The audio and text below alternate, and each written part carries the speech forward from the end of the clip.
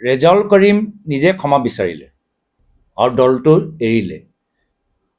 আমি সকলোৱে ক'লোঁ যে সেইদিনা যোগদান কাৰ্যসূচী অনুষ্ঠানত 90% কথাবোৰ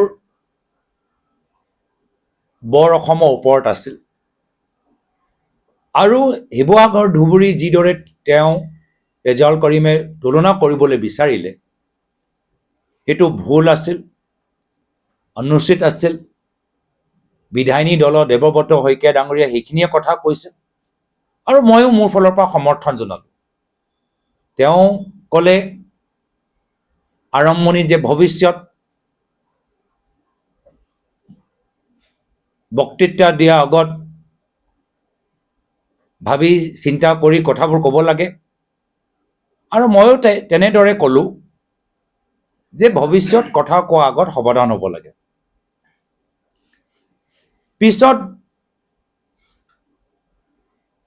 ৰেজাউল কৰিম তেওঁ নিজৰ বিবেকৰ মতে দলৰ পৰা তেওঁ দলটোক এৰিলে, দলটোক ত্যাগ কৰিলে। ৰেজিগনেশ্যন ত্যাগ পত্ৰ মোৰলৈ প্ৰেৰণ কৰিলে আৰু আমাৰ CLP ওপৰত বিজেপি এজেণ্ট এইখিনি কথা কোৱাটো অনুচিত। কংগ্ৰেছ দলৰ ভিতৰত আমি সকলোৱে আমাৰ একমাত্ৰ এটাহে লক্ষ্য যে যোৱা 20টা বছৰৰ পৰা হিমন্ত বিশ্ব শৰ্মা ডাঙৰীয়া তেখেতৰ ওচৰত থকা 3-4জন ব্যক্তি আগতে কংগ্ৰেছ দলত আছিল। কংগ্ৰেছ দলত থাকি যি কথা লৈ মানুহবোৰে কংগ্ৰেছ দলৰ পৰা আঁতৰি গ'ল, কেলেংকাৰী, সেই কেলেংকাৰীৰ ভিতৰত মূল খলনায়ক আছিল হিমন্ত বিশ্ব শৰ্মা ডাঙৰীয়া, তেখেতৰ কৌটৰী। আৰু আজি বিজেপি দলত সোমাই যি মূল কাৰণৰ বাবে যে মানুহবোৰে আজি বিজেপিৰ পৰা আঁতৰি গৈছে সেয়া হৈছে হিমন্ত বিশ্ব শৰ্মা ডাঙৰীয়া, তেখেতৰ ওচৰত থকা মানুহৰ কেলেংকাৰী আৰু অহংকাৰ। তো অসমৰ ৰাইজক যোৱা 20-22 বছৰৰ পৰা এই যে এটা চিণ্ডিকেট, কেতিয়াবা আগতে কংগ্ৰেছ এতিয়া বিজেপি, অসমৰ ৰাইজৰ মাজত উন্নয়ন একো কাম কৰিব পৰা নাই। উন্নয়ন মাত্ৰ নিজকে, ঘৰ, নিজৰ পৰিবাৰ, ভাই ককাইক লোকে তেওঁলোকৰ কামবোৰ সীমিত।